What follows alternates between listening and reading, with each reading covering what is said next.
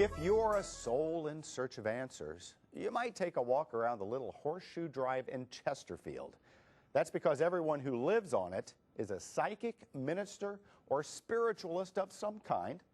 And while they would never claim to be able to predict the future, they will promise you this: you'll get some genuine help about unlocking the power inside yourself to find the answers you need.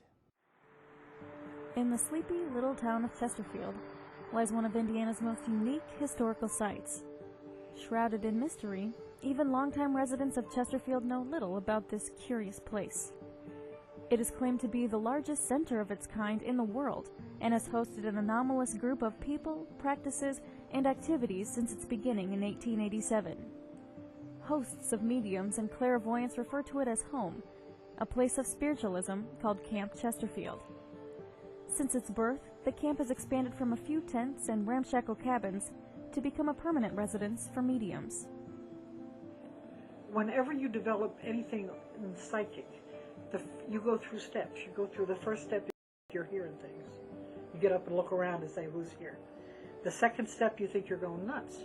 Now seriously, you do. You can honestly believe that because you hear things and you see things that other people don't see. There are places on grounds that we call vortexes or vortices, where there is a very powerful force, and we believe that the Native Americans in the area knew that. This camp actually was a camp when it started. They had tents. There were tents here. There were times when we were so packed, people were shoulder to shoulder. Camp Chesterfield used to be the only place you could get a medium, the only place you could get a reading. In the early 1940s and 50s and 60s, the mediums every week, one day a week, usually on Monday, they would go out to the toadstools. There are some names on the toadstools, and they would sit at their little toadstool and give readings. Clairvoyance means clear seeing. That's all it means. And of course, a medium is one that understands and participates in communication with spirit. We believe, spiritualists believe, that there is no death. We go through a physical death, of course, but the character and the personality of the individual continues after that physical change. We embrace every religion. We know that there's truth in all religions, and you can see that in the Trail of Religions with all the 10 masters. So it's just part of our embracing all religions. Spirit will not tell you what to do. It's all about choice. It's about personal responsibility and the gift of choice that God gave us when we came into this world. Offers a variety of events and educational seminars throughout the year, including their annual Spirit Fest, a smattering of psychic fairs, and even a firewalk.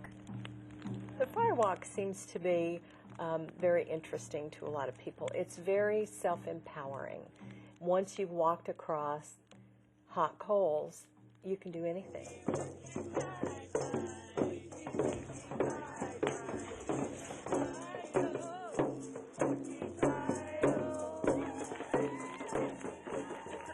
Even though we do the things like the seances and like the psychometry and like the astrology and palmistry and whatever, spiritualism is a religion. It is a recognized national religion. We're just a little community, and we're made up of school teachers, nurses, business owners, ministers. We're just made up of lots of different kinds of personalities and people. When you come on these grounds, a lot of people feel that there's a peace here and a serenity that you don't always feel outside this.